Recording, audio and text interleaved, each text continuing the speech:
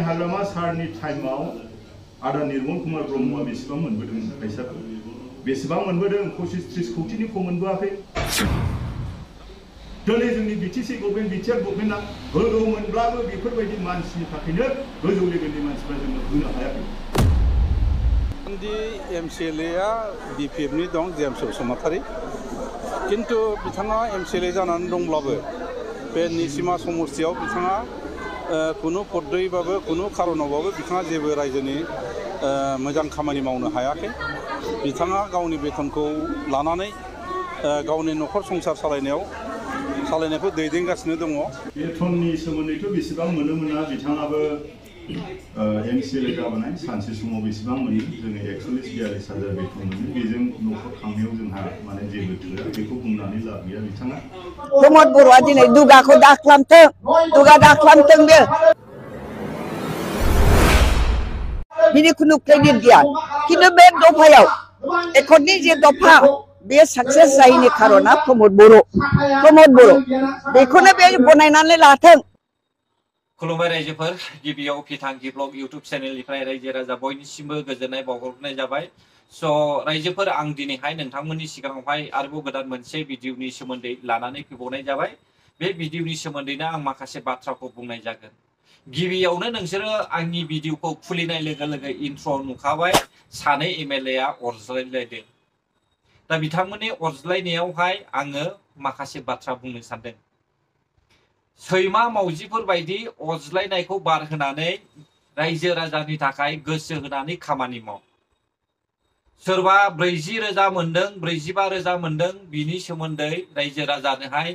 फोरमायियानो साबसिन आंनि मथेब्ला दा निर्मल कुमार बसुमतारी सारा गोदान एमएलए हिसाबै दा सरकारावबो दंगासिनो दङ हिसाबै बियो मावगासिनो दङ खामानिखौ दा बिथांनि मावनायखौहाय नुनानैहाय जेम्स मुसाहारि सारा जानो हागौ मेगन सादों आरो बिथाङा जिखिनि खामानि मावनांगौमोन जाबायदि मावनांगौमोन जेम्स मुसाहारि सारा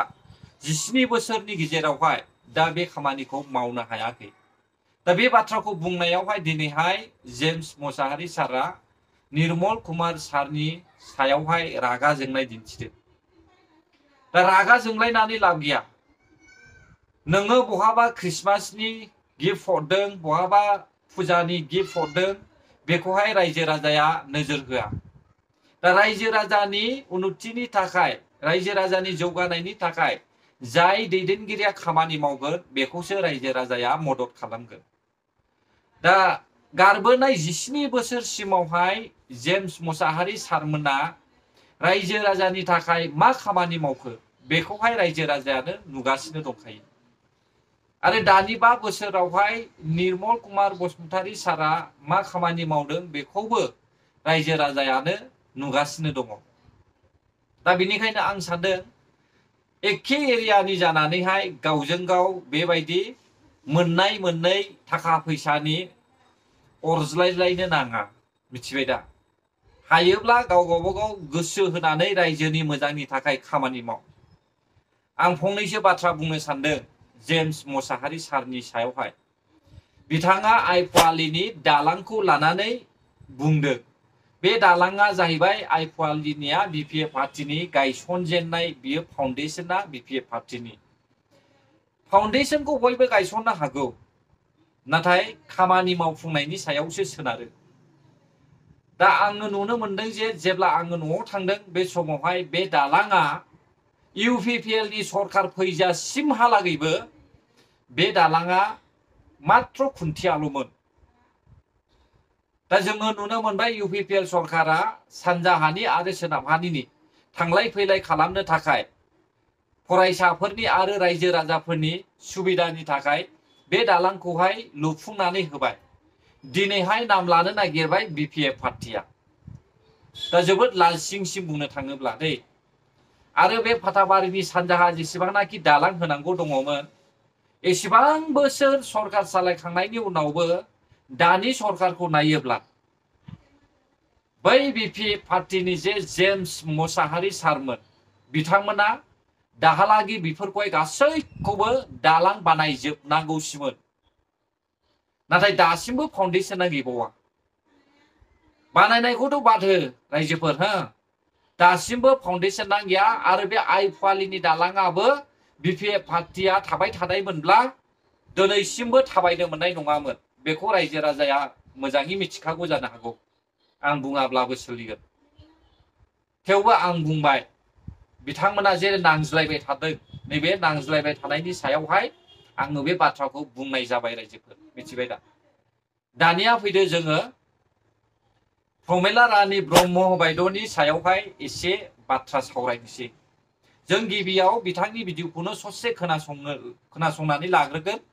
आं बारा हगारा भिडिअखौहाय नायनो बायो बिनिखायनो बिनि सायावसो आं बुंनाय जागोन अब्ला फै एसे खोनासंनानै लाब्लानो जाबाय असान्थिया बिटिसिखौ एकर्ड खालामनायनि उननिफ्राय जोंनाव असान्थि गैखाया डेभेलपमेन्टसो दंमोन उन्नयनसो दंमोन असान्थिनि परिबेस गैखायामोन जोंनाव किन्तु हाग्रामा महिलारि बिथाङा बे माखासे हाग्रा ओनसोलाव दासिमबो असान्थिनि परिबेस दङ होननानै आरो सोरबा सोरबा ठिकादार सोरबा सोरबा मालिकफोरनिफ्राय जे दाबि धमकी दंबावो बिसिनि खाथियाव दंबावो बे बाथ्राखौ सिन्था खालामनानै बिथाङा सेकेन्ड टाइम एकर्ड खालामनायनि पलिसिखौ हाग्रामा महिलारियासो लादोंमोन आरो गासिबो प्लेन पलिसिखौ खालामखाजोब्बायमोन जेनेबा स्कुल कलेज प्राइभेट जानानै दङ बेखौ प्रभिन्सियेलाइज खालामनायनि बाथ्रा सानदों आरो उन्नयननि खामानि मावनो थाखाय जोंहा बांसिन अनसुंथाइ नांगौ बिनि पलिसि लादोंमोन किन्तु गोजौआव थानाय माखासे चक्रान्तकारिफ्रा हाग्रामा महिलारिनि आखाइजों खालायालासिनो प्रमद बर'खौ माने फिल्डआव गोबां रायजो राजा लानानै न' बड'लेण्ड न' रेस्ट होननानै स्ल'गान होनानै आन्दलन खालामनायखौ नुनानै बेखौ थिखांनानै लांदों दिनै प्रमद बर'आ लाजिनांगौ जे दिनै जोंनि बिटिआर एकर्डनि उनाव सान्थिनि परिबेस फैदों होननाय बाथ्राखौ बुंनो बे लाजिनांगौ बे एकर्डआ हाग्रामा महिलारि खालामनो लानाय एकर्डसोमोन उनाव बे एकर्डआव हाग्रामा महिलारिया जिबायदि प्लेन पलिसि लादोंमोन बेखौ थल' थिंरिं खालामनायाव हाग्रामा महिलारिया बे एकर्डखौ खालामालासिनो दोनथ'नाया मोजां होननानै बुंबावदोंमोनसो किन्तु प्रमद बर'आ अधैर्य जानानै गाव सिफ जाफैनो गोसो जानानै बे एकर्डखौ खालामदों थारैनो नोंथांमोना मोजाङै खोनाखाबाय दे प्रमेला रानी बायद'आ नंगौ बुंदों ना नंखाय बुंदों बिनि सायाव नोंसोर बिजिरनानै नायब्लानो जाबाय 2003 मायथाइनिफ्राय बिटिसि एकर्ड जानायनि उननिफ्राय दावराव जायाखै होननानै बुंदोंब्ला नैबे सावगारियाव नुजानाया मा बियो मानो लाजिनो रोङाखिसै दिनैनि समावबो नोंसोर आरोबाव थगायबावो ना बेखायनो आं बुंबाय थादों बिपिएफ पार्टिनि मानसिफ्रानो बांसिन थगायसुला मिथिबाय दा नैबे सावगारियाव नुनाया जाहैबाय बियो 2008 मायथाइनि न' सावगुलायनाय हारसाजों बर'जों दावहा नांनाय बे सावगारियाव नुनाय नुथाया मिथिबाय दा अब्ला बै समाव सरकारा सोरमोन इउपिपिएल ना बिपिएफ बिनि फिननायखौ आङो होब्लानो जाबाय ओमफ्राय ओरै फारसेथिं नायबावदो बियो मा बियो 2012 मायथाइनि बेयावबो बर'जों बांगालजों दावहा नांनायनि अब्ला 2003 मायथाइनि 10 फेब्रुवारिनिफ्राय लानानै 2012 सिमहालागै बोसोरबेसे जाखो एकर्ड जानानै 9 बोसोरनि उनावबो एकर्ड जाखांनानैहाय 9 बोसोरनि उनावबो दावहा नांनो गोनां जाबावदों बर'फ्रा अब्ला बेसेखिनिखौ नुसेयावबो रायजो राजा नुसेयावबो प्रमेला रानी बायद' बायदि सासे नाथिकिया माबायदि थगायदों मिथिबाय दा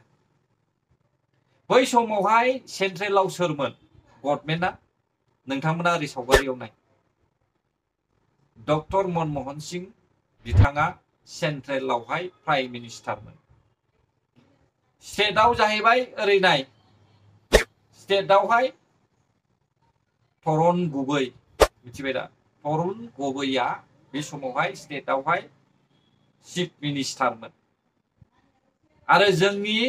BTC आव सोरमोन हाग्रामा महिलारि सान अब्ला नोंथांमोना बुजिदो बै समावहाय इसिबां पावार गोनां BPF आ मानो बेबायदि न' सावगुलायनाय होखारलायनाय गावथारलायनाय बुथारलायनाय होसोलायनाय खामानिखौ मावखो मानो कन्ट्रल खालामनो हायाखै पावार गोनां BPF आ दा बेखौ बुंनायनि थाखाय आंखौ गाज्रि मोनगोन BPF सापर्टार्सफ्रा मिथिबाय दा बै समावनो BTC एकर्ड खालामखांनायनि उनावबो जोंनि दावहारु बिदा फंबाय NDFफोरखौहाय होसोनायावहाय मदद खालामग्राया BTC एकर्ड खालामग्रा BLTफ्रानो BPFनि चिफ हाग्रामा महिलारिजों लोगोसे दा आंखौ गाज्रि मोनगोन थार बाथ्रा बुंनायावहाय लाजिनोबो हागौ सोरबा सोरबा धुमखिबो होनो हागौ दिनै आं मानो बुंदों प्रमेला रानी ब्रह्म बायद'नि जे बुंनाय राव बेखौहाय सैथो बाथ्रा बुंनानै होनो थाखायसो आङो बे भिडिअखौ लाबोदों मिथिबाय दा रायजोफोर बेनिखायनो आं बुंबाय थादों BPFनि मानसिफ्रा गोदाव सोराव बाथ्रा बुंनायावहाय नाम्बार 1 थगायनायावहाय नाम्बार 1 दिनै जों नुदों दा सिखावनि सालाया खान्दा मिथिबाय BTC एकर्ड जानायनिफ्राय माब्लाबाबो दावराव जाफेराखैमोन होननानै बुंनाया बे 2008 मायथाइ 2012 मायथाइया बे समाव सोरमोन सरकारा BPF नङामोन खोमा बेखायनो लाजिनांगौ आबै मिथिबाय नों बायदि सासे इसिबां बोसोर मन्त्रि जाबोनाय मानसियानो बेबायदि थगायोब्ला आं बायदि आरो जों बायदि सामायन' साधारन पाब्लिकआलाय मा बुंबावनो हा आबै एसे लाजिनो सोलोंना नंथारै बाथ्राखौ मानो बुङो आरो मोनसे खोथा दंबावो दे BPF आलायनो BTR एकर्डखौहाय खालामखागौमोन जाहैदों कि जाने BTR नि सोमोन्दैनो सानफेराखैमोन खोमा दिनैसो UPPL पार्टिया आबसु आरो NDFखौ लाफानानै UBPO खौहाय लाफानानैहाय BTR एकर्ड खालामनायखाय दिनैहाय प्रमेला रानी बायद'मोन बायदिया BTR सोदोबखौहाय बुंनो रोंदों खोमा आंथ' बिदिसो सानदों आरो जुदि मोनसे बाथ्राया सैथो रायजोफोर BPF पार्टियानो जुदि BTR एकर्ड खालामनो सानखादोंमोनब्ला अब्ला BTR एकर्डखौ मानो नेवसिखो ना गुबुन खालामनायखाय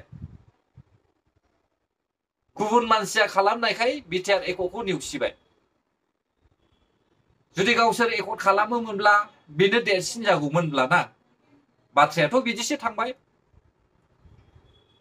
रोङाब्ला ससियेल मिडियायाव दाहो आबै मिथिबाय दा दिनैनि समावहाय रोङाब्ला मालाबाबो ससियेल मिडियायावहाय बाथ्रा गोदाव सोराव दा बुंलाबाय नोंनि बुंनाय रावखौ लानानै जों आन्दाज मोनखायो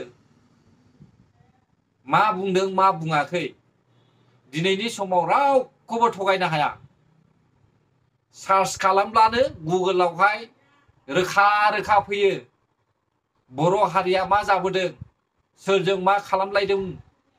बबे समाव मा जायामोन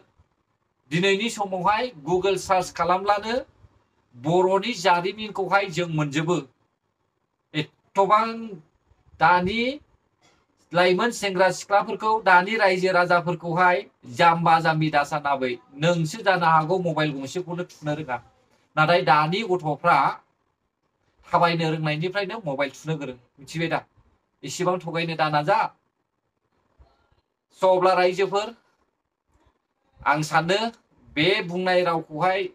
माखासे मानसिफ्रा गाज्रि मोनखासिगोन आरो BPFखौ सापर्ट खालामग्राफ्रा अर जोंब्लावखासिगोन बेनिखायनो सोर मा बुङो बुंथोंसै बेयो गावबा गावनि गोसोसै नाथाय जायफ्रा आंनि भिडिअखौ जोबजासे नायबाय आंखौ सापर्ट खालामबाय बिथांमोननिसिम रोजा रोजा अननाय आरो खुलुमनायखौ बावहरनानै आं बेयावनो फोजोबनाय जाबाय गोजोन्थों बर' हारि जै जाथों जै बर' हारिनि